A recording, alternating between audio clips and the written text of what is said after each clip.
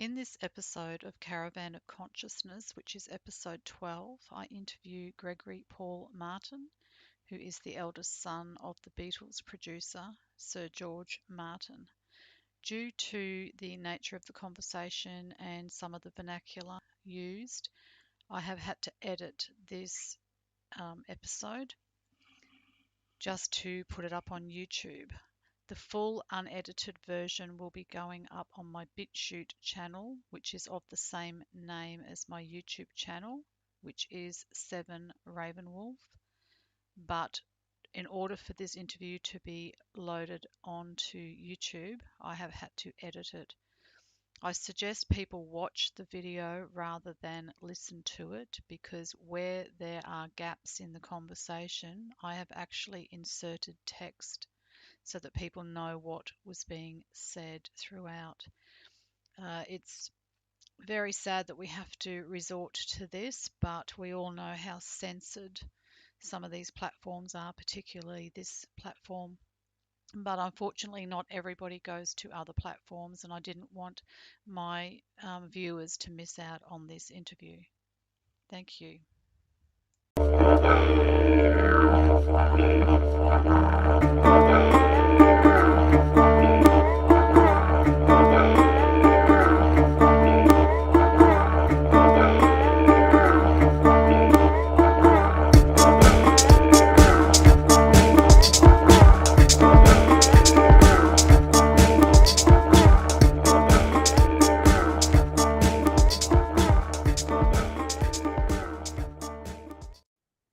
Hello everyone, and welcome to episode number 12 of Caravan of Consciousness. Today, the day of this recording is Saturday the 25th of May 2024, and this show will be out probably within the next couple of days, depending on how fast I can get my butt into gear, with it being a weekend. And so today I have Gregory Paul Martin as my guest. Gregory is a writer, producer, and actor of theatre, TV, and film. He has appeared in TV shows such as Ellis Island, Murder, She Wrote, Sliders, Babylon 5, Mad About You. And he's also been in films such as Memoirs of an Invisible Man and A Walk in the Clouds. Gregory is also the eldest son of the Beatles producer, Sir George Martin, who was also known as the fifth Beatle. And Gregory is also a master astrologer and an author. Welcome, Greg. Hey, that's a lovely introduction. Thank you so much for being here. You're welcome. You're welcome. Thanks for being here. So as we just discussed in the pre-recording chat, I just want to have a free-flowing conversation just about your thoughts on where we are at the moment in the scheme of things, what's happened in the last, 4 years or so, a little bit about your awakening and how you came to realize that the world that we were born into and that we've been sort of indoctrinated and brainwashed to believe that we live in a certain type of society, how you actually came to realize that things weren't as they were seen, as we think they are. So I know that's a lot of stuff there, but if you just want to touch on some of those just to get the ball rolling. I could talk with you until the cows come home, don't worry. Yep, no worries. So shall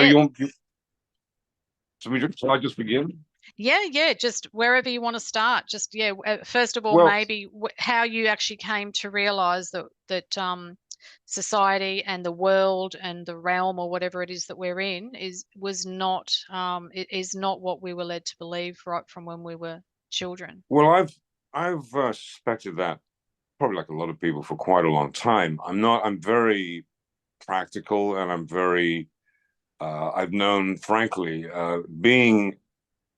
my story of astrology is kind of fascinating because I was just born with this sort of preternatural gift for it at a very young age. And it is true, as I'm writing a memoir right now called Blackbird, which does deal with black magic. It is true that the first chart I ever did was a chart of I started John Lennon in Abbey Road Studios when I was 10 years old, and I was very I'm going to answer your question in a second, but it is that's all right. it was a fascinating. Obviously, I was first of all, I was very nervous because my father was very conservative. I mean, my father made the Beatles smoke grass in the men's room. That's how conservative he was. Um, so for me to catch me trying to do John Lennon's astrology chart in the canteen of Abbey Road, and also, of course, I was nervous because I'd never done it before, and I was only 10. But I did, I was kind of my IQ was 155, so I had a very uh, I just had this born with this genius for astrology, and I'm quite convinced I was an astrologer many times. But anyway, with that kind of and also as a child, I definitely could see things and that other people couldn't see, and et cetera, et cetera. And so I've always been open to the spiritual world, but I got to tell you, I have met some of the nastiest and deeply unpleasant people in the New Age movement, masquerading as good spiritual people. They're everywhere, Yeah. and so I was always very skeptical about being a practical person and enjoying the real world, quote unquote, real material world so much as I do. I was always very skeptical about, the Illuminati, blah, blah, blah, all this stuff. The stuff you're telling me about, flat Earth thing. I mean, everything to do with all that. I thought, well, yeah, it's, whatever. This sounds a bit nuts. But then as I grew older, and I started to realize that my stepmother, so-called lady that ain't no lady, Judy Martin, who's thankfully now dead. That's why the book is called Blackbird. I've literally been practicing black magic on me since I was 17. Uh, I began to realize there are more things in heaven and earth than I've dreamt of in your philosophy, Horatio, as Hamlet says. So, Yeah. and then I saw, I saw the ghost of the great actor Richard Burton after I'd worked with him and he died. He came to me in my, so, I was opening up to the supernatural, so to speak. And then I met a wonderful man called Eddie Burks, who released trapped souls, poltergeist, basically, and spent a fascinating week with him in his home in Nottingham. And fascinating. I'm going to be talking about that on David Vance's show tomorrow, actually. So in other words, long story short, I began to become more and more open. And being a writer and a very deeply imaginative writer, I began to write I sold my first screenplay to Sony Pictures in 1995, and it was a UFO project called Archangel. And like a lot of great, scripts that got trapped in development hell came back to me. And I began to write it as a novel, which I started to call Cabal, because I realized there was an absolute connection between the deep state and the UFO phenomena. And I began to really get into that. And, I unquestionably, my personal belief is that what we're going through now it will be revealed. Of course, the meaning of the word apocalypse is the lifting of the veil. In other words, everything is open on the table right now, and it's the Yeah. beginning of the golden age, without a shadow of a doubt. But it's messy. But what I believe will be revealed is the connection between a certain race of ETs and the military-industrial complex and the terraforming they're trying to do on this planet right now to make it more suitable for them. That's what I believe anyway. So as I wrote Cabal, which this project Archangel morphed into, which is a great story about a female investigative journalist like Whitney Webb, who I think is the greatest journalist ever. Really ballsy single mom, great character. Getting caught up in this trap and revealing. It was literally it wasn't what I realized when COVID, the COVID facade farce hit. I realized that my book was becoming reality. I mean, literally, it wasn't in the book. There's a nuclear war, which is probably going to happen, obviously in the Middle East sometime later this year. I mean, there's about, a bomb has exploded over Tehran. And, I suddenly saw everything that I was in this novel, apart from the fact that I didn't know about pandemics or fake pandemics anyway. So that's the sort of story arc of me waking up. And what happened with me with this, the astrology thing was always very, very private because, I trained as an actor at RADA with Alan Rickman and Ray Fiennes and Julia Stevens. And, I've had a prolific career as an actor playing Hamlet. And I had my own series deal. I came down to number 3 for James Bond in 1985. I was too young. As I said before, I actually do hold the world record for the largest amount of money ever offered any actor for any TV series for the Dynasty in the 80s, which I turned down for reasons I explained in the book, which I haven't now. And so I've had this, spectacular career in show business, and I've met so many fascinating people, from Marlon Brando to Cary Grant to whoever, the Beatles, that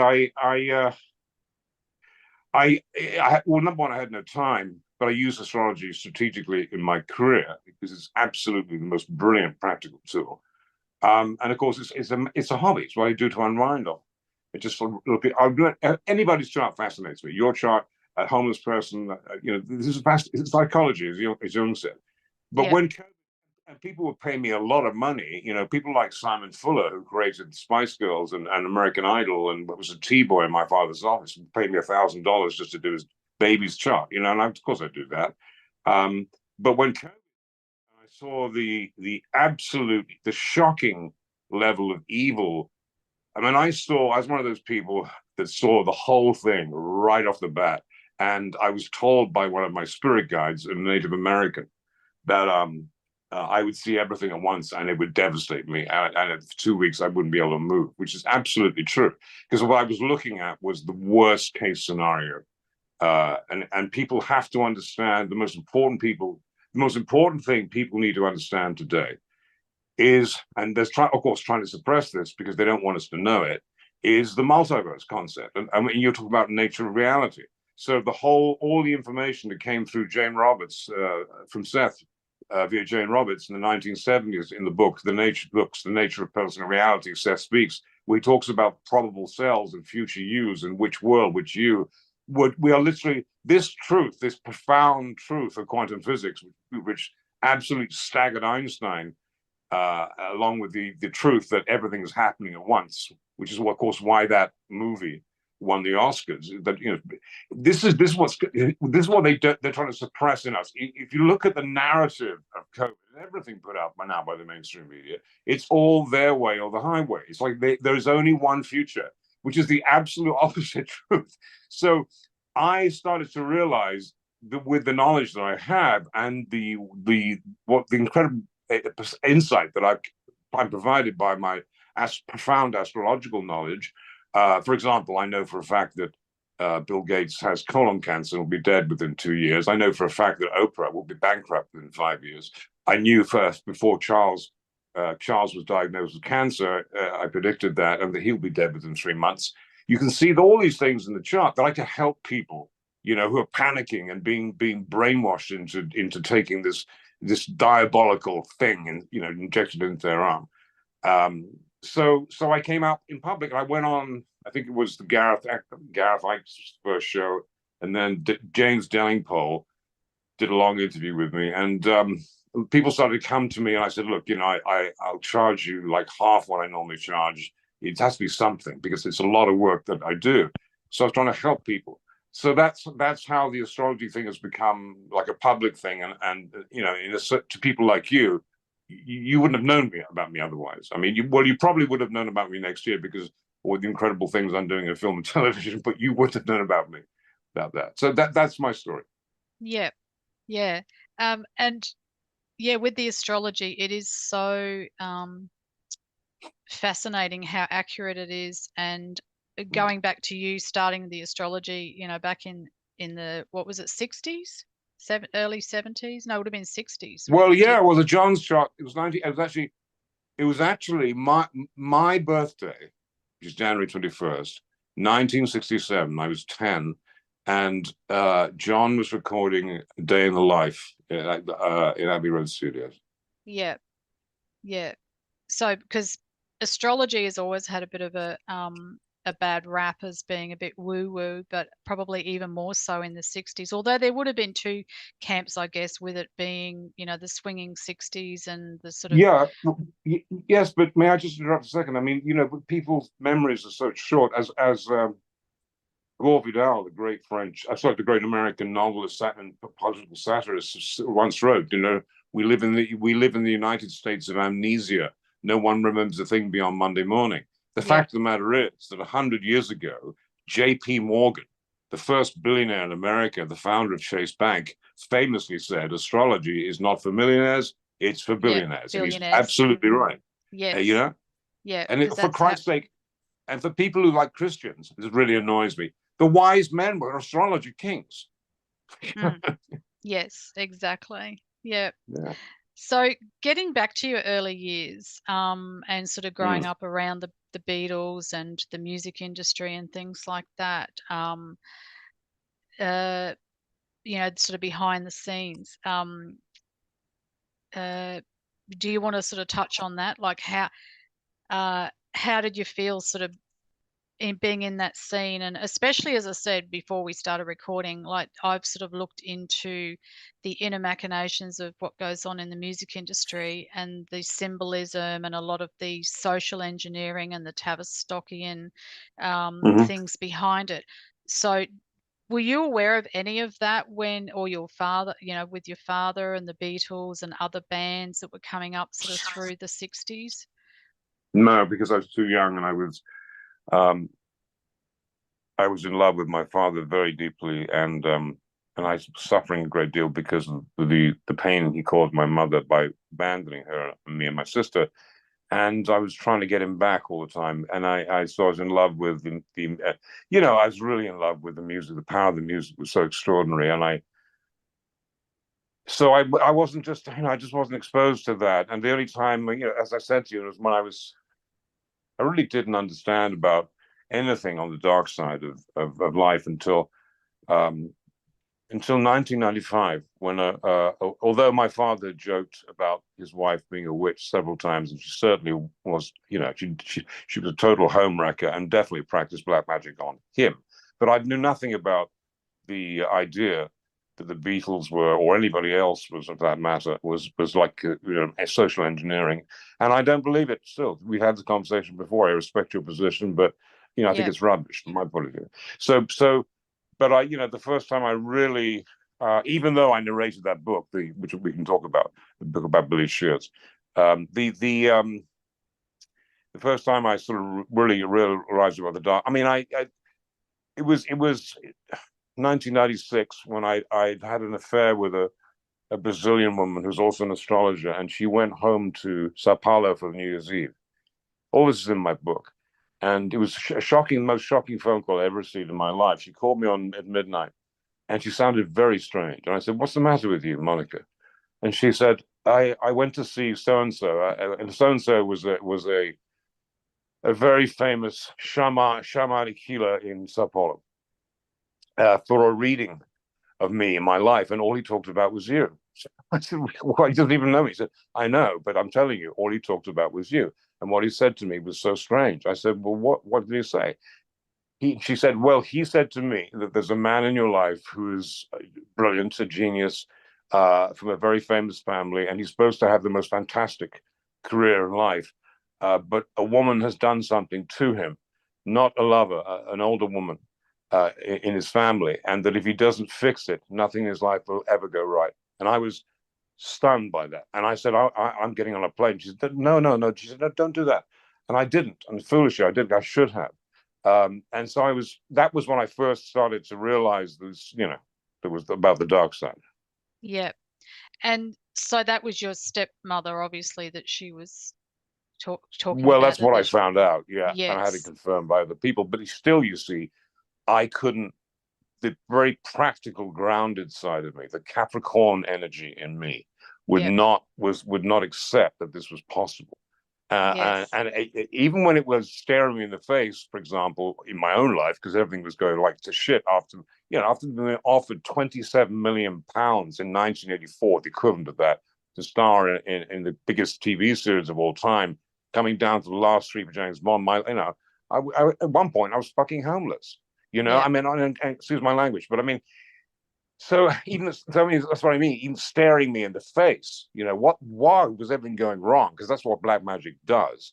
Um, and in another way too, because one of my closest friends is a fantastic human being called Dr. Alberto Vialdo, whose organization is the Four Winds, like the wind that blows society, who is the man who brought Inca shamanism healing to the West from Machu Picchu. And he's a very, very good friend. We've shared girlfriends, hotel rooms. He's Cuban, so he's a big, ladies' man. Oh, he was then. and now he and his wife have this fantastic healing resort in Chile and take people to the rainforest in Machu Picchu for ayahuasca journeys, etc. And I highly recommend him to anybody, and in particular his first book, which I'm making into a movie called The Dance of the Four Winds, which is an incredible anthropological thriller that's true. In his next book, he tells the story of how, and this is what I mean by staring me in the face. He tells the story of how he was raised, he was half Cuban, as I said, and his nanny was a voodoo practitioner. Now, voodoo is fascinating because most voodoo healers, so-called healers, they like lawyers. They'll work for either side. If you want to hex somebody, pay them 1,000. If you want to heal someone, they'll pay them 1,000. It's that kind of society. Even though he had a voodoo healer, a voodoo priestess as his nanny, he was, the other half of him was very skeptical, scientific. He went to San Francisco University studying psychology with Stanley Crippen, and he decided he was going to disprove the possibility of black magic. So he got a grant to go to Haiti, the hotbed of it all, and contacted a man, an American, telling him he wanted to meet a voodoo priest to have a bet with him. And so he got to meet the voodoo priest. It was an old man with one tooth, and the translator, the guy translating, explained to the old man that Alberto wanted to bet for like $500. No, that's $100 because the priest didn't have a lot of money. That he could not hex Alberto at a distance of thousands of miles when he went back to San Francisco. And the old man just laughed in his face and said, "Sure, I'll do it." And so the bet was this: that on a specific Saturday night, 8 o'clock in the evening, Alberto would be hexed by the toothless old man, and he would sure as hell know it. So this Saturday night came around, and Alberto decided to host a dinner party, and because he just didn't believe it was possible, and they'd all have fun. And sure enough, 8 o'clock came around, and absolutely nothing happened the whole night, and they just got drunk and laughed, and et cetera, et cetera. At around midnight, the phone rang, and it was the translator guy from Haiti who said that the old man wished to apologize. He got wrapped up in some other business, and he would be doing it the following night at 8 o'clock. So the following night at 8 o'clock, Alberto was alone in his apartment, and dead on the nail. 8 o'clock, he felt this terrible stabbing pain in his lower back and his stomach. It was like the worst kind of kidney stone. It's the worst pain, like someone stabbing you repeatedly over and over again. And the pain got so bad, he was crawling on the floor to the telephone. Eventually, he got to the telephone. He picked it up, dialed the translator's number, and told him, begged him, for Christ's sake, get him to stop.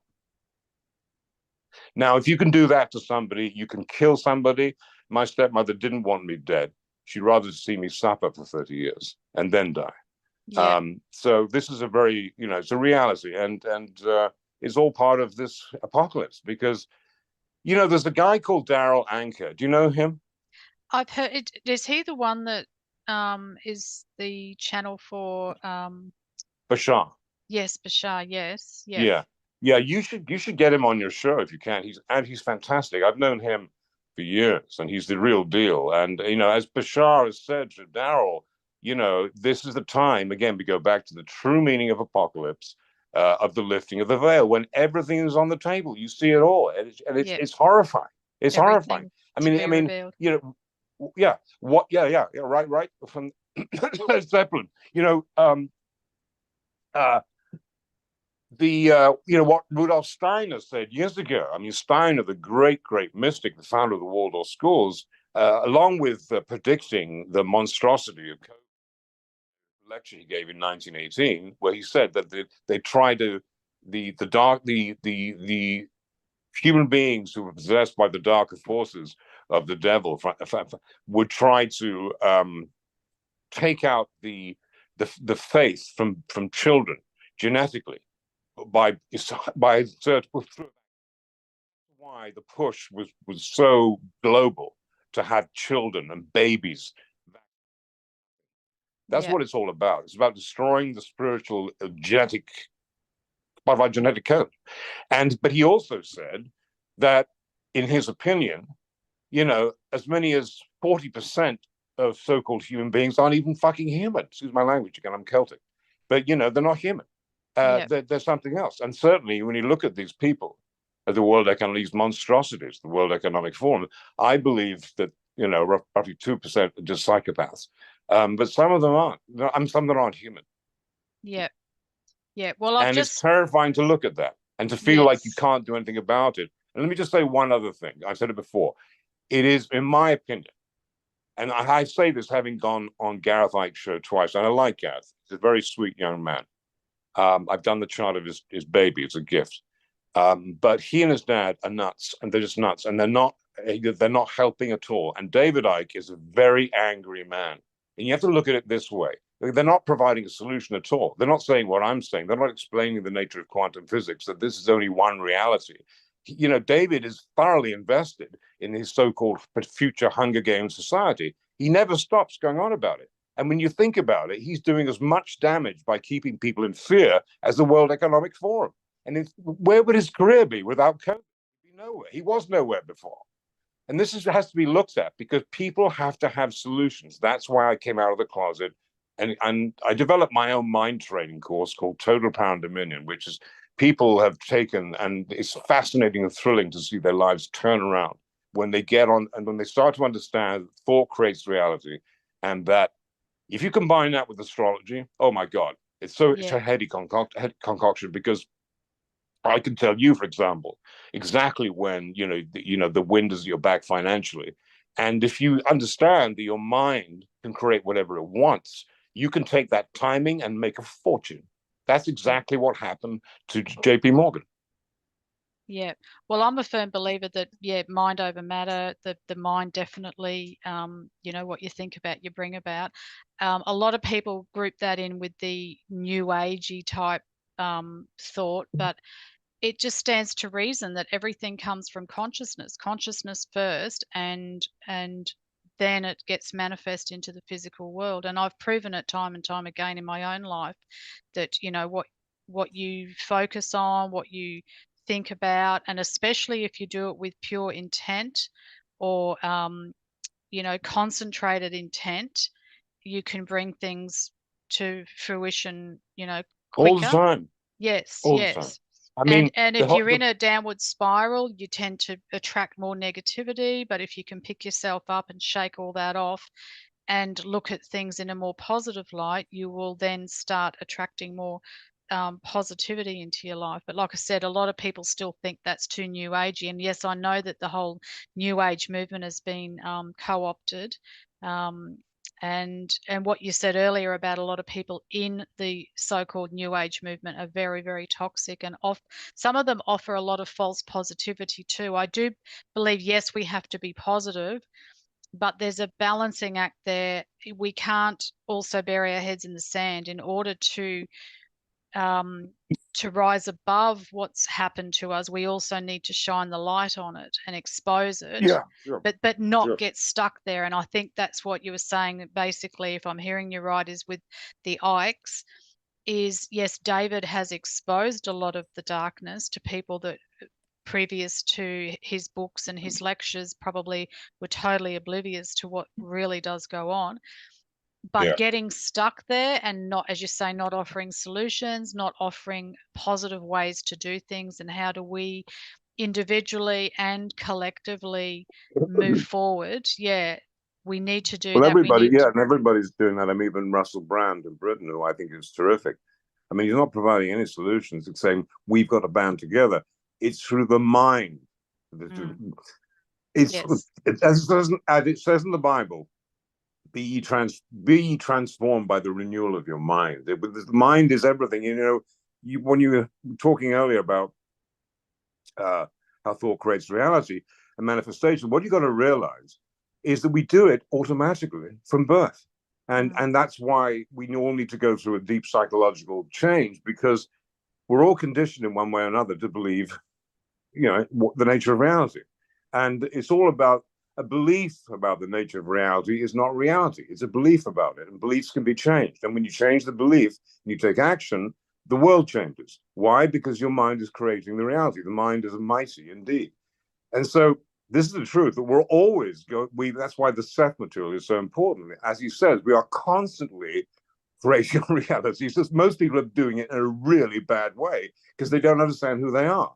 They Yeah. literally are Christ consciousness, which is massive abundance, and the understanding and acceptance of the power of the mind. And this is true humility, the power of the mind to change the world. That's why the miracles in the Bible are true. I mean, I'm speaking as somebody who has healed a man of cancer over thousands of miles by practicing Ho'oponopono, the Hawaiian healing tradition, which I do all the time and I recommend to Yes. everybody. Yep. So, so that that's what you've got to understand. That's why, are you an Aussie or a Kiwi? Well, originally I was from North Yorkshire, but I came to Oh. Australia when I was 7. So yeah, pretty much an Aussie. Whereabouts in North Yorkshire are you from?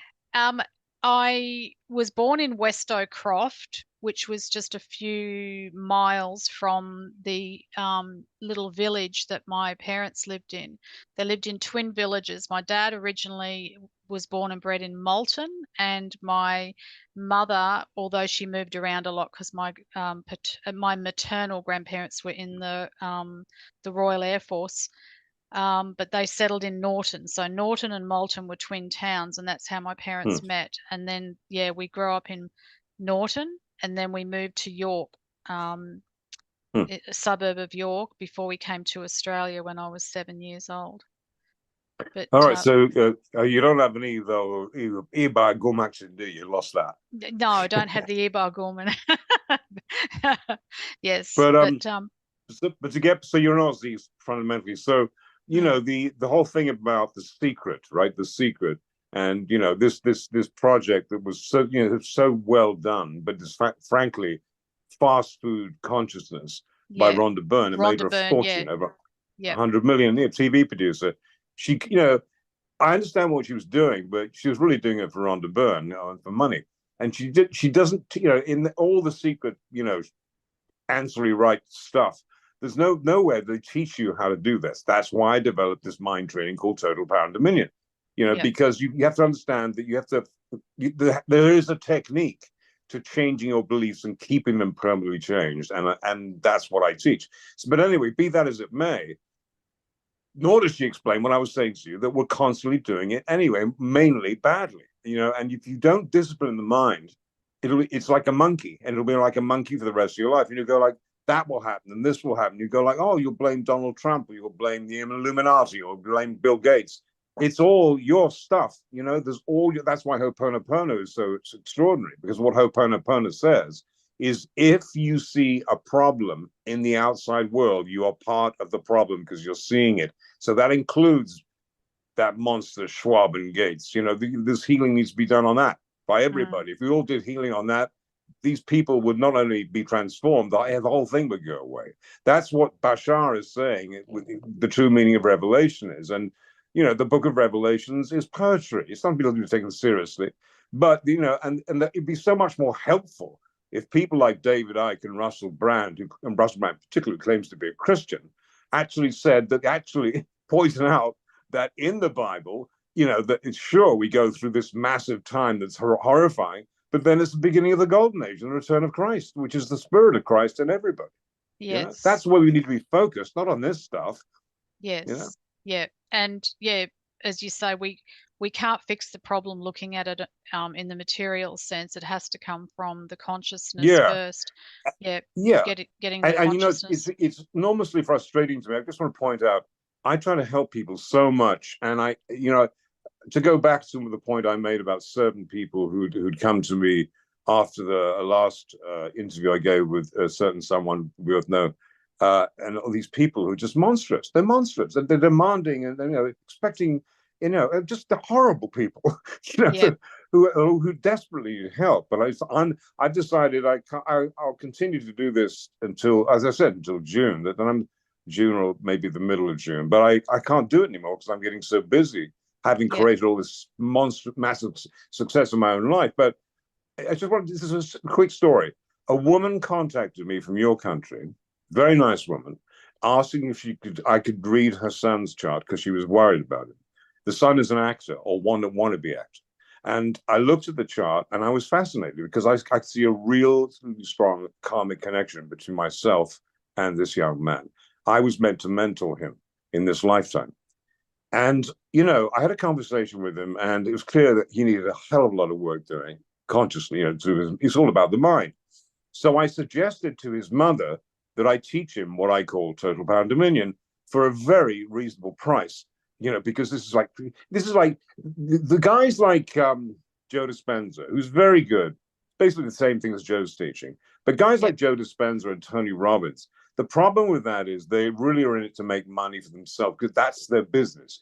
This is not my business. It's a kind of service that I developed Yep. out of all right. So they want to not only they charge you a lot of money, but also they want to keep you coming back for more because then if they don't, they're out of business. So they're not really interested in empowering you. So Yep. I said to this woman, I will teach your son total power and dominion for £1,000 on condition that once his income reaches £100,000, which it will within 6 months if he gets it, that he pays me the other 4,000 that I normally pay because I'm teaching him how to make money Yep. and how to change his life. And they both acted like I was trying to get money out of them. And I also said, you don't understand the nature of time. I said, once, on the one hand, there's no such thing. It's the paradox of time. On the other hand, it's all there is. And as you get older, one of the great things about getting older, as I'm sure you realize, is you finally twig it that there are only two things that matter: your health and time, because Mm. time is finite. So I said, and that's why Jesus said, think only on the last thing. That's why in the great shamanic traditions, they speak of death stalking you. That's why, which it is, it's stalking you all the time. And if you live like that, you live each day as if it were your last, and you really get the most out of a day, and you drop the past. You start living in the bliss where I live. So, so there actually is this sense of urgency. In the problem for young people is they don't realize that. I can remember when I was 24, I thought I'd live forever, you know? Yep. And so I Yep. said to this woman, I said, if you really want your son to, his son wants to become Tony Hopkins, who I know very well. That's his dream. And I said, if you want to become Tony Hopkins, you better get your ass in gear, stop living out of your car, young man, and get a job and work on your mind. And this is like somebody said to me, who I also did this package thing with, he said, what you've done for me is priceless. And these two people, this woman and her son, they completely, I said, frankly, you've insulted me. You're acting like I'm trying to get money out of you. I'm offering you this thing for nothing, Yep. virtually, and for what it's worth. And you don't understand. Of course, it's urgent because every second of your life is precious. Yeah. And I think people also don't want to put the work in. They want a band-aid, or they want someone to hand them the solution or to change them or fix them. And you can't fix another person. You have to put the work in. You can get mentorship and things like that. You can study Yeah. different people, different successful people, and rub shoulders with people on the level of what you aspire to. But unless you actually do the work yourself, you're not really Yeah. going to move forward. Yeah. Well, you're not going to move forward at all, no. Yeah. Because you're doing the whole thing. Yeah. You know, on the one, that's the fascinating thing about life. I mean, I come from a place of ignorance like everybody else. Because you know, because I've suffered enormously in my life. I mean, I've acted the victim, and finally I understood that I was doing the whole thing to myself, and we're literally creating the whole thing, Yeah. and that's why that spiritual power is understanding that, and then yeah, and just relaxing and learning to dominate your mind. And I just tell you that the reason this transformation happened, I basically I created this thing, Total Bound Dominion, without knowing what it was when I was 27. Because what happened with me was being a very extremely ambitious person and very highly gifted as an actor and as a writer. As a young man, I would be sometimes brilliant, and other times I'd be absolutely useless, have no confidence whatsoever. And it frustrated me. And I didn't realize until I read a book called Thoughts Are Things. And I spoke to a young woman on a train who was doing a play with me. uh, that, and she told me that I should be careful what I wish for. And I said, "What do you mean?" And she said, "Because your mind is so powerful, you don't realize it. And if you once you realize it and channel it, you'll get whatever you want, and then you might not want it." And that's exactly what happened to me. And so the reason I actually do hold the record for the highest amount of money ever offered an actor, which is actually the equivalent of what they paid Elizabeth Taylor for Cleopatra at the time, it was $1 million then, um, is because I created this. I started to work on my mind. I mean, I literally convinced myself. That's all it is. Convinced myself that I was the greatest actor of my time, and that therefore I was worth everything. And it was amazing what happened to me. It stunned me because I went from being this erratic, highly gifted but erratic actor, who sometimes was, as I said, absolutely useless, to being getting everything. It was like a tsunami. Literally within 3 months, I was offered Dynasty, which I did turn down because I didn't like Hollywood, and I think, but it was also the black magic was going on there too. So I passed on that, and then I was rewarded by because my mind was so I was so clicking all the time because I was like I could reprogram myself. So and people thought I was nuts what I was doing because I'd be muttering in the street, I'm talking to myself all the time. But I was this when the James Bond thing happened. I was too young for that, but I got down to the last three. I got this, commercial for the Olympics. I made $100,000, 300,000 today. I was off. I got my own TV series deal. I played Hamlet. Blah blah blah blah. All that stuff came as a result of me learning how to dominate my mind. Now, the source of all this is, of course, Neville Goddard. Do you know Neville? Yes, I've heard of Neville Goddard. Yes. Yeah, Goddard, Yep. Goddard. And there are Yes. recordings of Neville on the internet. I mean, all over the place. Just listen to Neville Goddard, and you Yep. see, and buy any of his books. I when I do readings with people, I say, look, I give them a book list, and top of the list is The Power of Awareness by Neville Goddard, and because he's teaching what I was teaching, and if you listen to him, he went through his own baptism of fire with it. He didn't get it himself, but he was taught by an Ethiopian mystic called Abdullah in New York City. And it's during the Great Depression, and Goddard came from Bermuda, the Bahamas, and he was a ballet dancer in New York, so he had no money. And he was moaning, as I was moaning to that woman who said, "Careful what you wish for," about the fact that I wasn't super rich and a superstar. He was moaning to Abdullah that he wanted to go back to Bermuda or whatever for Christmas to see his family, and he didn't have the money. And Abdullah got very frustrated with him, like every great teacher will at some point with their spiritual pupil. And he said, "You don't understand a thing I've been teaching you, do you?" He said, "This is the truth." And he was speaking quantum physics because what quantum physics says is that all future realities exist. You choose, but you have to choose consciously. If you don't, your unconscious will pick it for you, and then you'll blame God or Donald Trump or Bill Gates. Yep. So he said, in my world, you have already gone to the Bahamas for Christmas and you went first class. And he slammed the door in his face. Eventually, Neville, he really made him think. And so he started working on his mind and practicing what Abdullah was teaching, which is total power and dominion. And literally within a week, his brother had sent him a ticket. And when he got to the dock, he was upgraded to first class. Yep. Wow. That's Yep. not luck. Yep. He made that happen Yep. consciously. And that's what this is all about. Yeah. And that's also why COVID is so evil and why the wars are so evil, because the absolute evil that is in the human condition and that is being exacerbated, I believe, by a certain extraterrestrial race whose planet has been destroyed, so they want a new home, who have a deal with the US military industrial complex. I mean, that's a whole other subject that's related. This is why we're seeing it all now. Yeah. The devil has stepped out from behind the curtain. Yeah.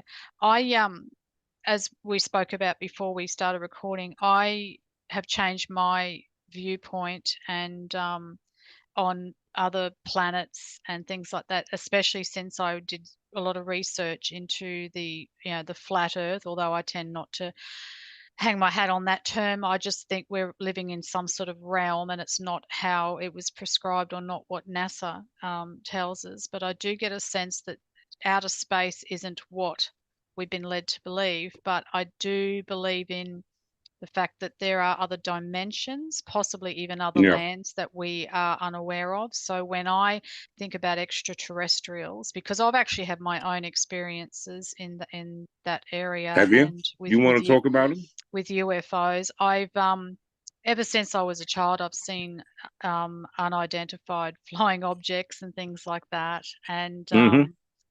and also seen figures and things in my room Mm-hmm. that traditionally, when you think of the grey alien type uh, beings, Mm-hmm. similar to that, I've also seen like dark, shadowy figures and things like that. But I'm studying at the moment soul center healing hypnosis, which actually at the front end of that, even though it's part of hypnotherapy with getting the client to get in touch with their higher self and to also tap into what we term past lives, even though there's no such thing really as past, present, future, Right, because right, everything happens in the right. one moment.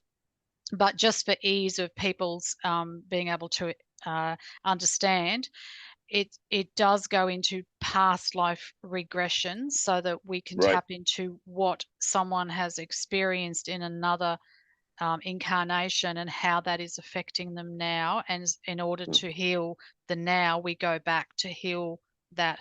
But at the front end of soul center healing hypnosis, and where it differs to other modalities that are similar, such as the quantum hypnotherapy, is that we do entity removal, because everybody that has Ah, had yeah. trauma in their life, which is pretty much everybody that is incarnated, because Mm. even the whole birthing experience, particularly in the Western world, is quite traumatic. So we all, once we're exposed to trauma, Mm. it weakens the energetic bodies, and Right. we are susceptible and opening ourselves up to entity attachments, whether they be demonic forces, whether they be negative thought forms, Yeah, this is very true.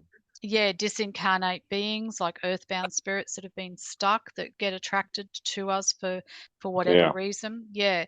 So but yeah, getting back to the extraterrestrial side, so I started to question whether it was actually extraterrestrials that I had been seeing or whether it was darker entities, um, like showing themselves as the traditional, grey aliens. So the jury's Mm-hmm. still out on that. But my personal opinion is that there's, for me, there's no such thing as outer space as we have been told, and planets. I think there's levels and realms and dimensions and different Mm. tiers. Yeah. But I'm definitely open to the fact. And I've only just come across, and I think it was through the Truth Stream guys, started to look at the subterranean so-called Mm. aliens and reptilian races and things like that that are pulling Mm-hmm. the strings behind the scenes. So that's very fascinating to me at the moment, and I'm Sure. sort of, yeah, just starting to look at that. And it ties in with what you said about, only a certain percentage, there are a certain percentage of beings walking around that aren't actually human. Yeah. They, yeah, Oh, yeah. yeah. So Yeah. that sort of And ties and in. also this. By the way, I have to say you're really fascinating, and I love the way that you're very grounded and methodical when you're talking about this stuff. It's a pleasure to speak to you. Is what I'm saying. Thank you. That's my Um, Virgo moon. yes, it is Yes. absolutely good Yep. old Virgo moon. So, Yep. but apropos of that, I mean, this is a fascinating story. Um, in the in East Anglia in Britain, ironically, I'm driving there today, but there are a lot of American Air Force bases and nuclear facilities and so forth. And there's a young man I know who was forced, who comes from a very military family in America, was forced to join the Air Force at 16. And at one point, he was staying. Well, there's two great stories he told me, and he's very on the level. The first story was he was actually stationed in Eastern Europe 10 years ago, and during a debrief one evening, was told that America would be at war with Russia by 2024. How do they know that then? How do they get it right now? Yeah. But the second thing, which I'm absolutely using for a movie I'm writing, it's just terrifying. Have you heard of the Vril? The VRILL? Yes, well, that ties in with my recent studies into the subterranean aliens and things like Right, that. Yeah, they're known as the Vril. right.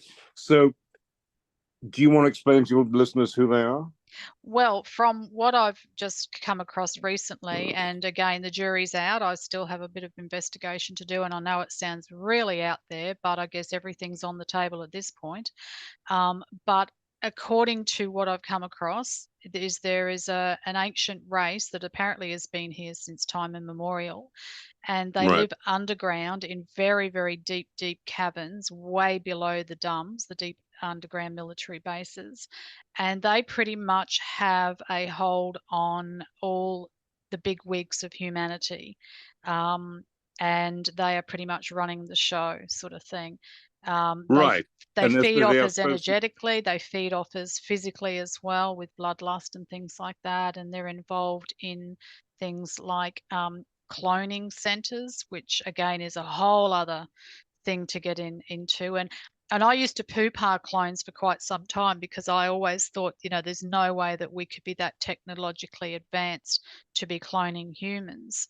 But I've had my eyes opened, and a lot of what I've been looking at in the last even recent week or two, a couple of weeks, um, it has joined a lot of dots when you look at the entertainment industry, when you look at Hollywood, when you look at the World Economic Forum, the World Health Organization, people like Klaus Schwab Yeah. and things like that. It joins so many dots, but it Yeah. is such a huge um, pill to swallow, I guess. Yeah, Yeah, and of course it is. yeah, But you're getting there, and I mean, the Vril are also supposedly were connected with the Nazis. They are supposedly an underground species. There is a very famous novel called Vril: The Power of the Coming Race by Edward Bulwer Lytton. And in the book, basically, which is narrated by an American who stumbles upon this underground race, descended from ancient Aryans. These are people or beings who've harnessed the source of infinite power called Vril and transcended war, envy, and even democracy to establish a classless utopia. But of course, they have a dark side. mm, Uh, and so that's where the connection with the Nazis, comes out. So, that is very, very, very, very interesting. My personal belief is, though, is that the meeting that was supposedly took place between Eisenhower, I think it was Eisenhower, and the leaders of an alien race at some Air Force base in 1954, roughly. These people or beings were from, this is related to astrology, a star that is imploding. We can see it imploding now. Basically, they did a deal providing America with technology, or the American military industrial complex with very advanced technology in return for the agreement to make this planet their new home, which is why the terraforming is going on now. That's my personal view. But to go back to the Vril, my young friend who'd been told that America would be at war with Russia by 2034 was stationed. He's on night duty with a friend, or one of a colleague, another young man, on an Air Force base somewhere in East Suffolk, and there was a series of bunkers that were very hidden, and an alarm went off from one of them, and he was sent with his friend to find out what had happened. So they went out there, drove out there in a jeep with flashlights. It was freezing dead of winter, miserable England. You can't see a thing, and you're shivering from cold. And they get there, and they open the door of this bunker, and my friend goes inside with his flashlight, and he said it was freezing inside. It's like a horror movie. This is like a horror movie. And he said, you can see his breath. And he said he walked slowly forward, and he got about 10 yards, and looked. His flash beam caught side of a tunnel going almost horizontally downwards, more like a 45-degree angle, but it was definitely going downwards. And it was a large tunnel, the circumference of about 10 feet. And he said the most terrifying noises were coming up from somewhere in the earth. And it was like this. And he said he just ran. He just Yep. ran. And he said they couldn't leave the spot, and they were told they got their CVs and spoke to base and they were told us to stay there. And he said literally, I mean, this talking about Hollywood, right? He said literally 30 minutes later, Men in Black showed up with the suits, the glasses. Said we got the thing covered. You can go home now. Yep. I Yep. mean, so they are trying to tell us stuff through movies, and are clearly through Close Yes. Encounters, which is nice, you know. And Yep. you don't get, well, just as my father used to say to me, you don't get. We're talking about Sting when Sting was just making it with the Police, and he said, "Oh, you don't get to Sting's level without walking over someone," and he's right. You don't. Uh, Yep. but by the same token, these people, they know. Yep. Spielberg knows. Yes. Well, as you say, like the movies do tell the truth. I mean, lies in the media, mainstream media and the news, and truth in the movies. And, things like The Host, The Matrix, things like that. They're almost, Hunger Games, Yeah, yeah, there's so much. And even in the music, like one of the fellas that's come into my radar with all this recent stuff that I've been looking at is a guy called Donald Marshall, who apparently has written so many songs for so many well-known artists yeah, under duress in these cloning stations underground in these bases and things like that. And there's a lot of MK Ultra mind control tied in with it all as well. But even when you look at some of the lyrics in these songs, and not just songs that he's claiming that he has written, whether or not he has, I don't know. There's no way really to prove it unless you were there when it was happening. mm-hmm. Um, but even looking at lyrics and even going back into 70s and 80s songs, and when you really now know and look at the world Well, with yeah, these different eyes, and you can see the clues and the little nuggets in all these lyrics that we used to sing, like Hotel California, for instance. I mean, that yeah, just yeah, says it yeah. all. Yeah, yeah. So, Well, it's also, if you're intelligent and have a compassionate spiritual bone in your body, you have to question why has the entire entertainment industry. I'm covering music. I'm including, of course, cinema, television. Why has it become so absolutely awful? It's mm, awful. I laugh in people's faces when they say we're in the golden age of television. It is diabolical. It's bland, meaningless, repetitive, uncreative. Why is war? Why is war, pornography, and blood everywhere in the cinema?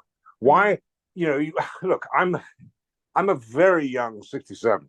So I act and live like a 40-year-old for sure. But I do remember that I became an actor because of Taxi Driver, because of like my friend Daniel Day Lewis. I mean, we saw Taxi Driver 6 times.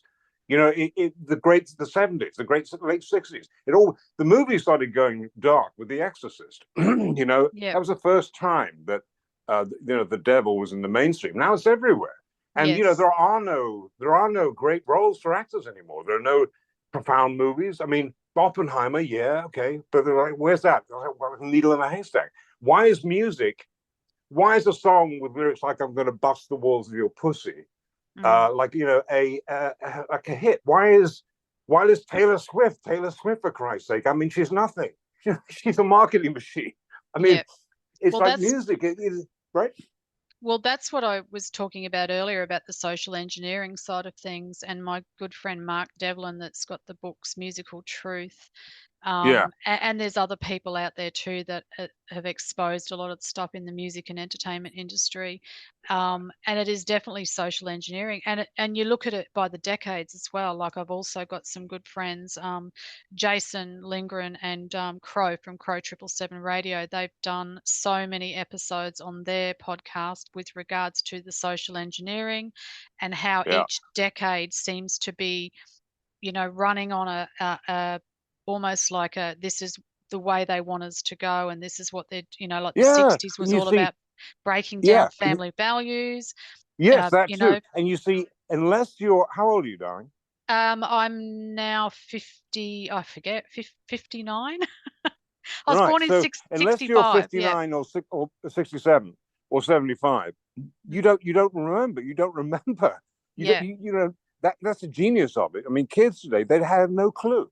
You no, know, they don't remember what it was like. I mean, people who have in what in my country, Brit, there wasn't a thing called a parking meter until 1969. That's when they yeah, began to, this stuff it is, and that's why it was so great growing up at that time. And that's to go back to the whole Beatles thing. That's why I have no truck with this Billy Shears nonsense, because that music was real and it was fantastic, and that's why it can never be done again. It'll never happen again. Maybe in the golden age, it will be something like that. Because definitely creatively, when this nonsense is over, we're back in the era of Christ, when the Christ consciousness is everywhere, it's going to be glorious, the creativity. But yeah, to me, the cultural demise, the pornography, the violence, the promotion of war in everywhere is a symptom, a cultural symptom of the evil trying to take over this planet. yes, yeah. I'll have to beg to differ though about the Billy Shears, which we also I know, discussed pre the show, but that's okay. Everyone's entitled. But of course. yeah, yeah. But I looked into that, and as I say, I've got friends that have done a lot Well, of to talk research to me into about that. it. Try to convince me as a Um, non-believer. well, there's just so much, but the main thing for me reading, because I read one of the original memoirs of Billy Shears. They've since That's the been, one I know. That's the book. That's the book I narrated.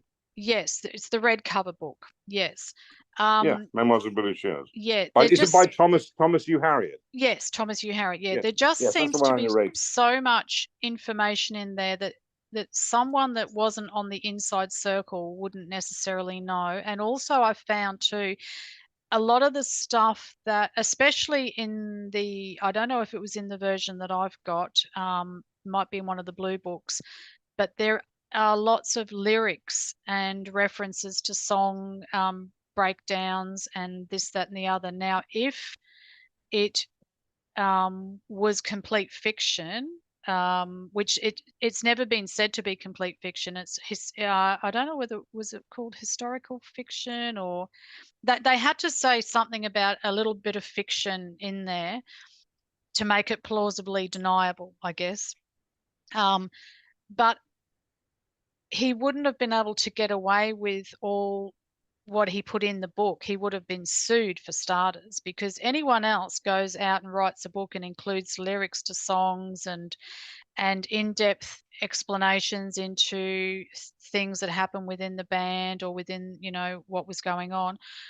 There would definitely be grounds for people, to say, well, let's Well, I proceed with live. disagree with that. Can I explain why? Yeah, yeah, go ahead. Yeah, I don't think they care. They can, when Apple Records, Apple Music, is like a massive corporation. And they don't have time for Thomas Hugh Harriet and this nonsense. I mean, it's laughable. They're going to sue him for that. He's a man living in the hills of, I don't know where he lives, but that's my point of view on that. It's just, he wouldn't be sued. yeah. I Well, could get sued for things I'm writing in my book, but I have to be very careful with that because I was there. yeah, But and that's another thing. I was there. I was there during all these recordings, and I know Paul McCartney like I know the back of my hand, the back of my hand. I'm not particularly fond of him, but he's not he's not a different human being from the one he was in 1967. He was anyway whatever. Keep going. Keep yeah. explaining Oh, your just, yeah, just the photograph. photographic evidence, Well, okay, vocal. no, let's talk about that. Yep. Let's talk about that. What is the photographic evidence? Well, there's been, and again, I know that a lot of photos can be doctored, and Right. especially now with AI and the internet and things like that. But even going back to, post 1967, because apparently the original Paul McCartney was supposed to have died in 1966, and Billy Shears took over in 67, but was, according to the research, in the wings anyway. He wasn't just sourced after the fact. But the photographs of Paul before 66, the face is very different shape, the height difference, uh, the fact that they didn't do any more live shows after that date in 1966 that the original Paul was supposed to have died. Um, uh, what else? Oh, you don't There's, think it's possible they could just be pissed off touring and having death threats? I oh mean, yeah, yeah, that's, yeah, the Beatles schedule was insane, yeah, insane. So that's why they stopped touring. yeah. Yeah, there's so much else. Like, yeah, I just, um, what else is there? Well, there's a plethora of research that's been done. There's been Yeah. vocal analysis and things like that. There's obviously all the clues that the Beatles themselves were supposed to have inserted into records and things like that. Well, Um, what's that then? Let's talk about that. um, We can talk about yeah, anything you want, really, but I've never had the chance to speak about this without somebody as smart as you. So let's talk about that.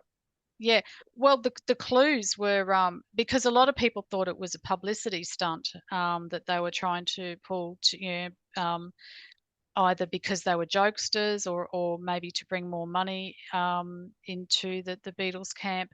But there was things like backward masking in the music, where you'd play one of the records backwards, and John would say, "Turn Paul me is on, dead. dead." Paul is dead. Paul, Paul is yeah, dead. Paul is Paul is dead. dead. That sort Paul of is dead. stuff. Yeah, But you know what? Can I just tell you something, honey?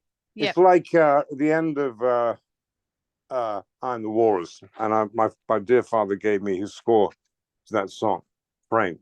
At the end of it, I met a fruitcake in LA who was actually a very talented man and had some genuine extraterrestrial experiences, who was convinced that the chorus at the end of Iron Wars was like, everybody smoke pot, everybody smoke pot.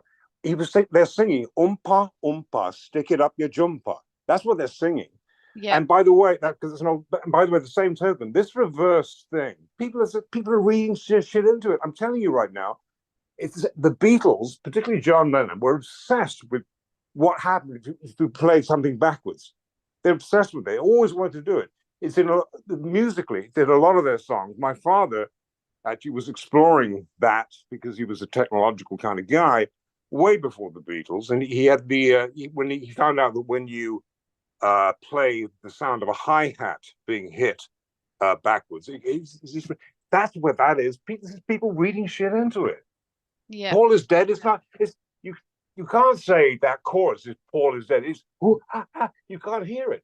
By the same token, at the end of Sergeant Pepper, and we can also speak about the photograph of Paul with the black carnation. At the end of, and also about Paul walking across Abbey Road barefoot, or out of step with the other Beatles. Uh, at the end of Sergeant Pepper, there is not only a note for doggies that's so high pitched only doggies can hear it, but there's also this sort of and people play that backwards, and make it into something. All that was my father said, "Hey, boys, grab the microphone and just say anything you want." I mean, that's what they were doing. They're having a laugh. yeah. So But people love to read into this shit. All do they? what was so that the walking across the zebra crossing in bare feet, what was your take on that? It was a hot day. Paul was wearing sandals, so he took his sandals off, and he happened to be out of step with them. And by the way, the most important thing about that photograph is the direction in which they're walking across Abbey Road. Do you know which direction they're walking? No. They're walking away from Abbey Road because they fucking hated the place. Oh, okay. I didn't. Yeah, I Yeah. wasn't sure which side. Yeah. Well, I'd heard that uh, Paul McCartney had said that on. I'd seen an interview with him saying the reason why he Yeah. walked across with the sandals. But that never made sense because wouldn't you think the road would be hot? Wouldn't it be better to walk on hot bitumen with shoes on? Right. And if you had sandals, I mean, the other guys had closed in shoes.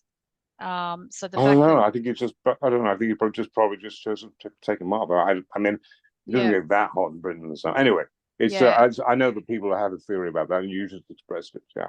yeah, Yeah. yeah. But anyway, yeah, like I said, there's, like, um, I've I've got very different views on it, but everyone's entitled to their What, opinion. Yep. well, can let me ask you a question? Why do you think this would happen? What's so evil and dark about? Why would all the social engineering go on with the Beatles when the music was so fantastically beautiful?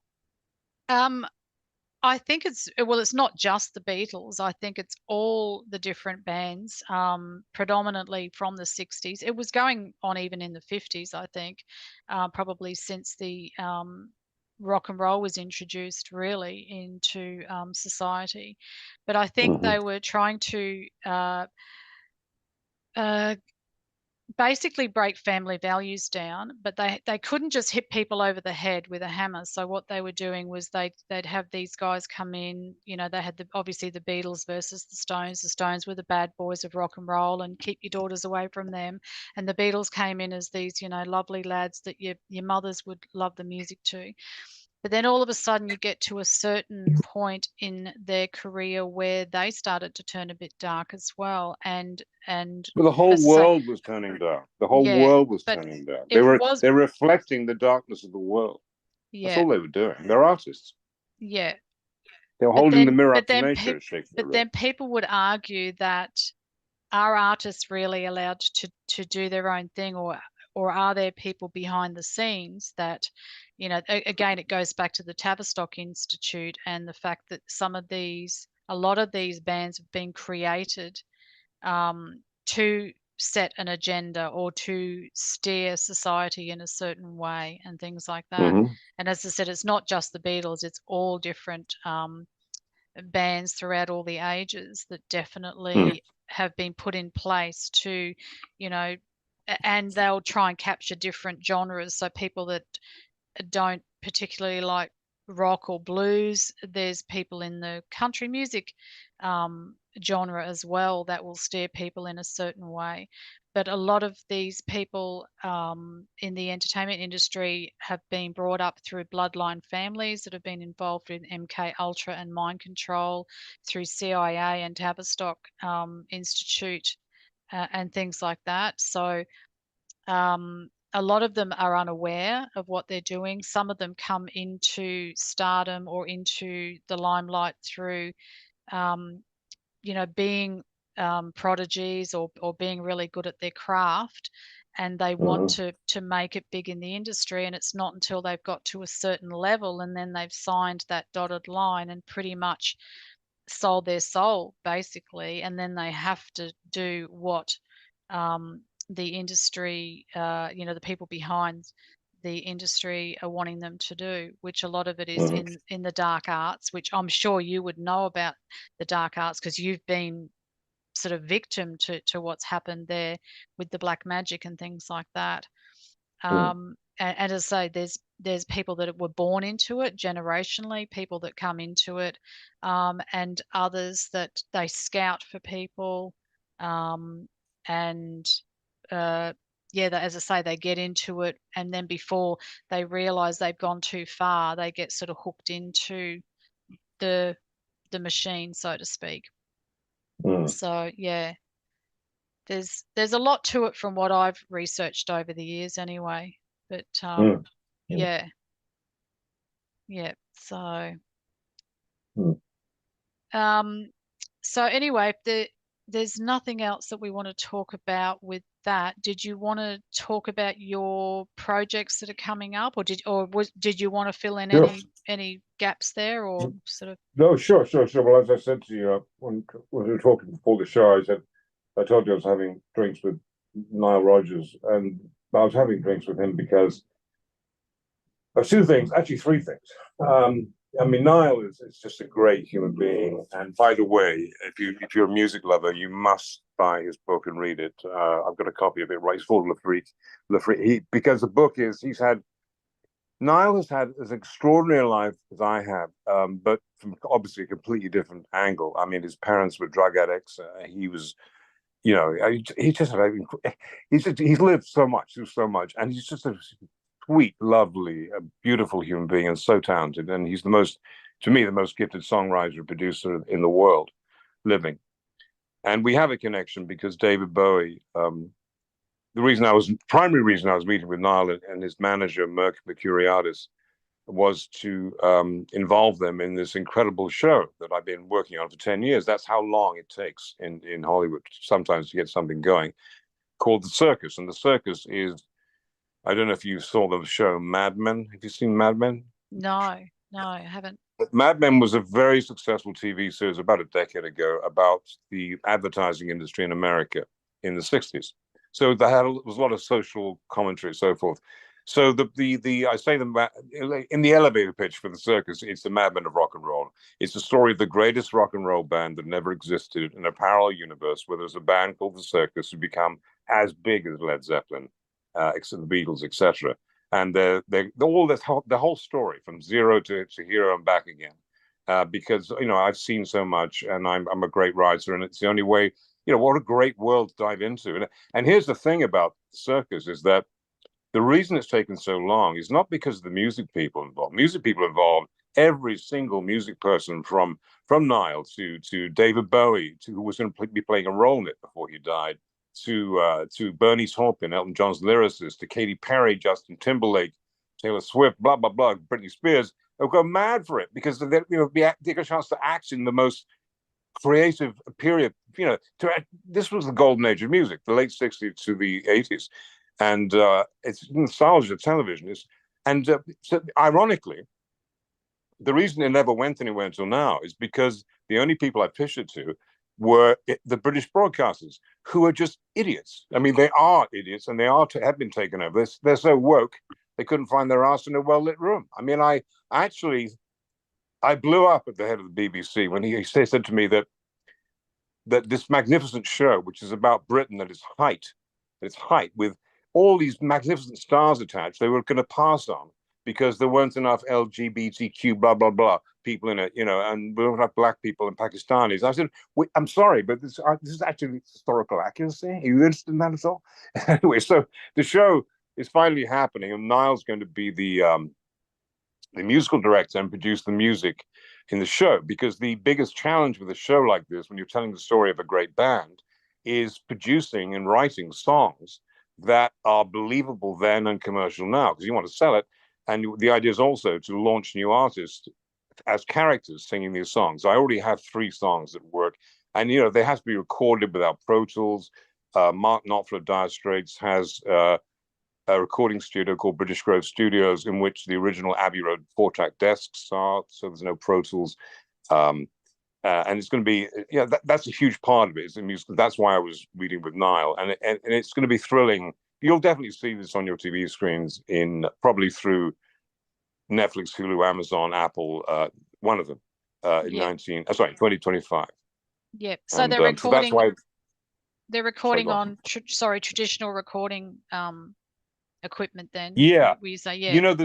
there's a great video people can search for on the internet. My dear friend Jeff Emmerich, who is like my uncle, who's the man who created all the incredible effects, like the sound of John Lennon's voice on Tomorrow Never Knows. That song was one called like "Turn Off Your Mind, Relax and Look." I mean, that's a great story. I mean, like, Jeff created that sound, not my father, Jeff. Without Jeff, there would have been no Beatles. And this is the great Beatles story. So John said he wrote this song. He's taken from the Tibetan Book of the Dead, because everyone was getting into that stuff at that point. This spiritual consciousness. That's why John was interested in me doing his chart. And John had no interest in recording, really. He just he'd walk into the studio and give my father an impossible task. Like he said, oh, give me the sound of the flower exploding, George. Or, or he in this case, he wanted to sound like the Dalai Lama singing on a mountaintop. And he said, and John was mad as a hatter, mad as a hatter, mad as a box of frogs, as they say here. His idea was to wrap him up in a straitjacket, which he should have been wrapped up in a straitjacket, hung upside down from the roof of or from the ceiling of Abbey Road Studio Number 2, and swung around a microphone. My father said, "I don't think the insurance policy will cover us for that, John." No. So, so he turned to Jeff, and Jeff came up with this brilliant idea of threading a microphone through a Leslie speaker. That's how you get that weird sound of his voice. Why am I telling you this? I've lost my thread. What were we talking about? Oh, I diverted from a story about John. Then, yeah, you were talking about the recording. oh yeah, yeah. So yeah. there is a great Jeff Emmerich. Somebody contacted Jeff Emmerich about a decade ago and came up with a great idea. He said, "We're going to re-record Sergeant Pepper on Mark Knopfler's 4-track without Pro Tools, and each track is going to be done by a major band." And the Kaiser Chiefs, who I had a particular beef with because they were egging everyone on to get the COVID. The Kaiser Chiefs, whichever song they were doing, they got so destroyed by being unable to. The idea was to literally reproduce Sergeant Pepper under the conditions of Sergeant Pepper with contemporary artists, and every one of them failed. The Kaiser Chiefs actually had a nervous breakdown in the studio. Yeah. Because they couldn't do it. Yeah. And just as a side there with what you said, that was and I guess we'll have to be careful how although we have used the V word before in this Yeah, I'm sorry about that. interview. No, that's okay. So yeah, I might risk putting it on YouTube, but if not, I'll put it on Bit Chute and I'll just do a bumper from YouTube because YouTube is so censored. But yeah, that's another thing that amazed me, but then it also explains a lot of the research that people like Mark Williams and Mark Devlin and people like that have done, is that all these artists across the board pretty much were running with the narrative and telling people to get the 3-dart finish. And yeah, there was only a handful. Yeah, that was really weird. I agree with that. That was deeply disturbing to me. It was deeply disturbing that these '60s icons, the great rebels, they're all like had taken a jab like the Pope, and the only Exactly. people who are speaking out about it are Eric Clapton and Van Morrison, and they get absolutely pilloried Yeah. for it. Yeah, Weird. I think there was the guy from the Stone Roses as well. He and Right Said Fred, those guys from the 80s. I think Yeah, yeah, yeah, yeah. there was a But few, there they're was not just a major stars handful. though. Yeah, but Yeah. the big ones, including, and I hate to say it, but Paul McCartney was out there, and other No, band, absolutely, yeah, absolutely. and I other I was shocked. bands. I was Yeah, shocked. there was a lot of bands that said that you couldn't go to their concerts unless you'd had Yeah, it and things like that. yeah, And disgusting. as you say, they were supposed to be the rebels, and like Mm-hmm. what is it, Twisted Sisters anthem, we're not going to take it and all that sort of stuff. And Yeah, you've got Jesus. the uh uh what were the guys that did the punk the Sex Pistols and people like that were just so Yeah, anti-establishment, and yet yeah, they all march to the beat of that drum, which again to mm, me smacks of great social engineering and people behind the scenes pulling the strings of all these guys. The same with yeah. all the countries throughout the world. Pretty much everyone was in lockstep, and yet we're fed this. Well, yeah. Well, You just most. use the word. You've sorry to interrupt you, but you've just used a word. Do you know about the Rockefeller Foundation document Yes, I have. about I where haven't. they give where they were the Institute Foundation, whatever, 20 years ago, where they gave three scenarios for the future. Yep.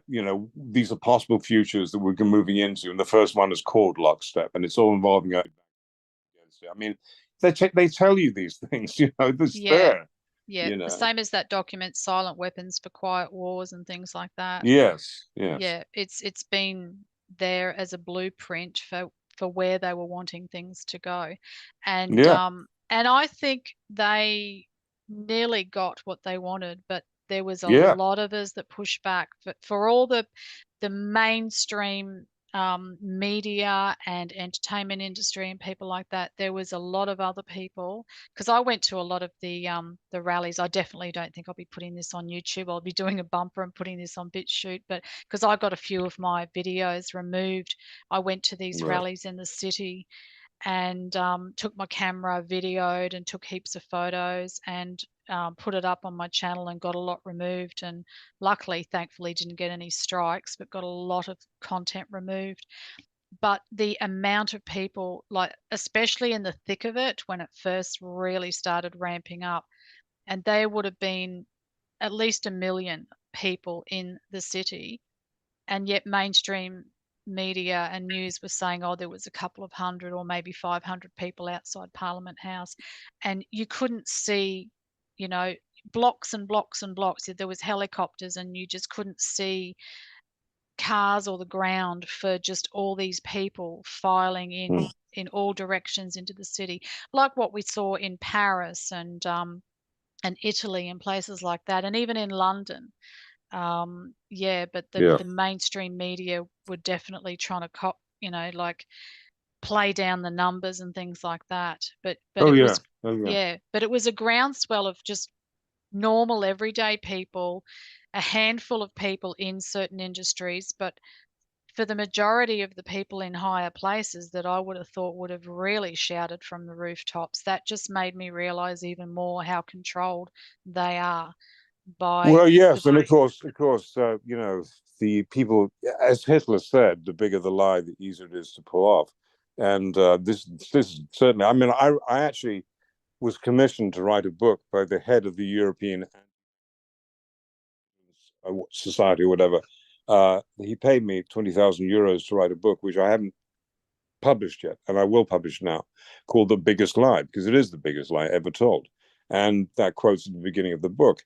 But well, because people can't wrap their heads around that, and that's why Hitler and Goebbels, they understood that. They understood that, because most people would never dream of mm, doing, killing somebody else. They'd never dream of it, and yeah, let alone committing genocide. So that's how they got away with it. yeah, And and and you can look, you can see in every, it's so obvious with Gates, that he's the mastermind behind all this with Anthony Fauci, and that's coming out too with by the way, I actually also think that the COVID was an alliance between Gates and Schwab and all those people and China. And because I think it's very significant. There's so many people at very high levels in American society who, for years, have wanted the destruction of their own country. I mean, globalists have been around since the 1930s. And one surefire way to destroy America, the greatest experiment in democracy ever, yeah, that has quite patently failed, is to destroy the military. And it is a significant fact that, as far as we know, the Chinese army is the biggest in the world, and we don't know anything about who got it. What if they were, most of them were completely unvaccinated? The entire American army has now been. They've got a ticking time bomb of a spike protein in their systems. yeah, You know.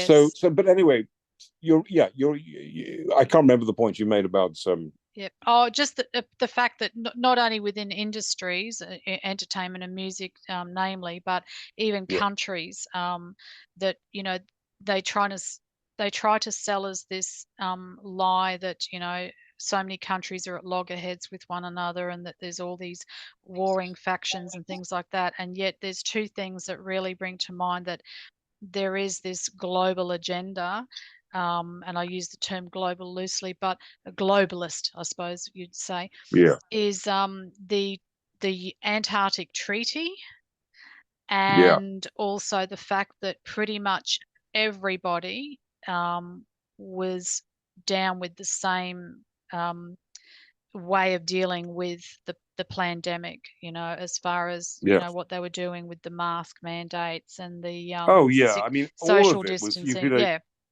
it's shocking. It's shocking to me. I'm sure shocking to you that what was so obvious to me, and of course, this is why my Native American guide said to me, "You're going to see the worst case scenario, and you're not going to be able to get out of bed for 2 weeks because it'll depress you so deeply," which is Yeah, exactly what happened. But how can people not see this? It's so obvious. And the most one of the most shocking aspects of the bullshit is that quite patently, so many people were bribed. So many people were bribed or paid off. That's the only way you yeah, get. And of course, we know that about doctors and nurses. But we're talking yeah, about politicians here. And I mean, we all know that it's the second oldest industry in the world, but profession in the world. But quite clearly, at every single government, at the highest level, because again, the minions will do whatever you tell them for money. Um, but they have to be more bribed, or and that's where the Gates thing comes in, and that's where there's a chapter on Gates in The Biggest Lie, which I call him the most dangerous man in the world, because he is the most dangerous man in the world, because he has more power than Joseph Mengele had in Auschwitz, and he's doing the same thing, and he's got the money to back it up, and he's got the money, and because he's totally nuts, he's definitely behind these extraordinary, miserable weather patterns in my country, in your country. I mean, this country, people are going nuts. The sun is out today, but for the first 5 months this year, all it was constant rain. And I yeah. believe that is also that they're attempting to destroy farming. Yes, yeah. And on that note, actually, I don't know how true it is, so I haven't vetted this yet, but I have heard through the grapevine that they're actually trying to bring in laws where they're going to be outlawing people growing their own fruit and veg. I think it's happened a little bit in New Zealand in certain Yes, I heard areas. that too. And how And seen is that? Melbourne, yeah, Melbourne, because our tyrant here in Australia was Daniel Andrews, who was the premier, which is like for the American audience, that's like the governor of the state Mm-hmm. of Victoria. And Melbourne's the capital city of Victoria down in South Australia. And yeah, he is behind part of the plan to try and make it illegal to grow your own crops. And I'm not talking pot crops. I'm talking literally tomatoes. And you know what I mean? Like, yeah, Mm-hmm. how true it is or how close they are to doing that, I don't know. But it's on the cards, I think, with the way they're wanting things to go.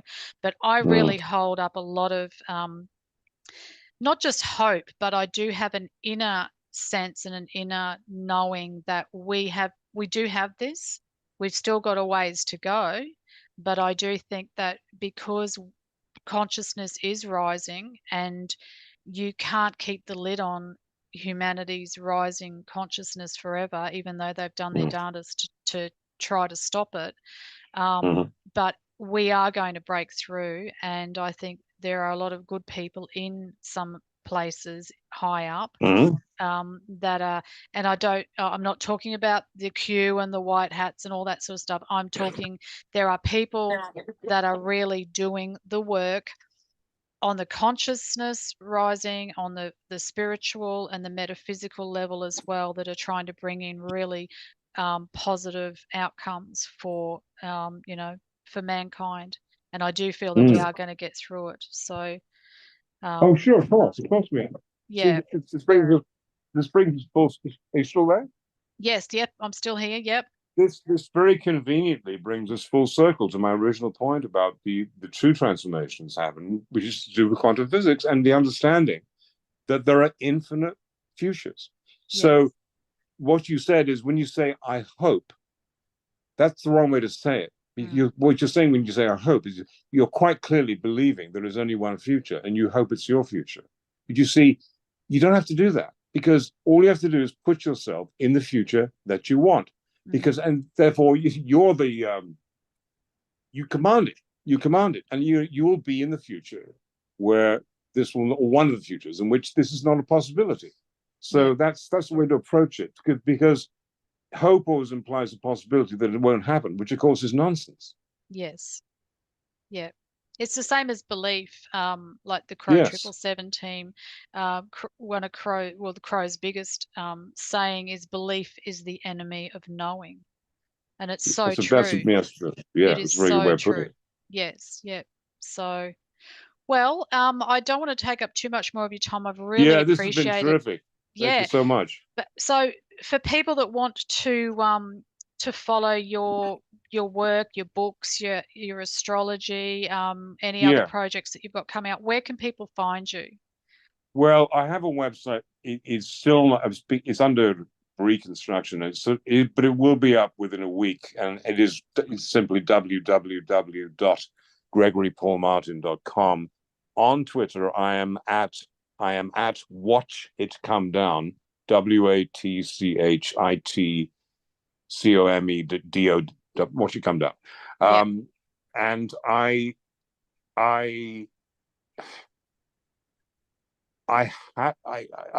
when I was on Mark Atwood's show and David Vance's show and the Truth Stream show, I said that I would offer any listeners to them a reading for a significantly reduced price, just because I had to stop forever in June. And I said I'd do it till June, but I'm. It's a weird thing with me, and having done this publicly, part of me really enjoys it because particularly when I get a really great person and I can see them making a change in their life. There's a kind of a real kick I get out of that. But part of me also detests it, particularly when I'm dealing with these loonies who treat me like a piece of dirt. That's not nice. But I will say this, that I decided to extend it. So people, long way of saying, short way of saying, until the 15th of June now, if I have time, I will read somebody for the reduced price of, normally it would be, if you came to me, you heard about me like people do through through the grapevine. I'd say, well, I'll read your chart for £250, which is $300, and I give them a report and a 45-minute Zoom recording, and they can ask questions afterwards by email, all that stuff. So if anyone listening to this wants to do that with me until June 15th, I'll do it for £200, whatever that is, instead of 250, if as long as they reference your show. And yep. you can reach me at this email, which is a funny email, Harry Horse, like Harry, Prince Harry, and Horse the animal, Harry Horse 2024 at gmail.com. Great. Thank you for that, Gregory. That's awesome. And Yeah, we'll have to have another discussion at some stage just about anytime. astrology. Yeah. It's great Yeah. talking to you. And you know what else we should talk about? We should talk about the occult, because I have had, as you have, some amazing experiences that I wasn't able to talk to you about in this show. Yep. I am going to talk to them about them to Dave Vance tomorrow, because he's had some pretty, but there's so much. There's always, it's a fascinating world. There's always so much to talk about. And by the time we speak again, so much will have transpired. Mm-hmm. Right? Yes, these days I feel like 1 week, a year has Yeah. passed. So much has been crammed into just 1 week or even one Well, day. that is also part of the apocalypse, the speeding up of the illusion of time. Absolutely. You Yes, see, because we don't have time to hang around with yes, ourselves anymore. I mean, I hear you, darling. yes, exactly. Yeah. All right. Well, thank you again so much for your Pleasure. time. Pleasure. And so I'll just do Yeah, our a real outro, pleasure. and yep, and then I'll Yeah. just say goodbye after I've finished recording. But like I All said, right, sweetheart. I'll be putting this on Bit Chute and probably just doing a bumper, or maybe just taking a few snippets of our talk that I think we can put on Sure. YouTube. Yeah. Because they're so. Where I don't say the F word, you mean? Oh no, the F word's fine. It's the V word and the J word. Oh, right. So Right, right. yes, the three dart finish and things like that. Yeah, we're not allowed to talk about that apparently. But anyway, Oh, my so God. I know. All right. Well, I'd like to thank everyone for watching today, and hope everyone has a great weekend or week ahead. As I said, I'm going Yeah. to try and get this out in the next day or two. So again, thank you very much, and I'll talk to everyone or see everyone at a later date. Ciao, Thank you. everyone. Okay, see you.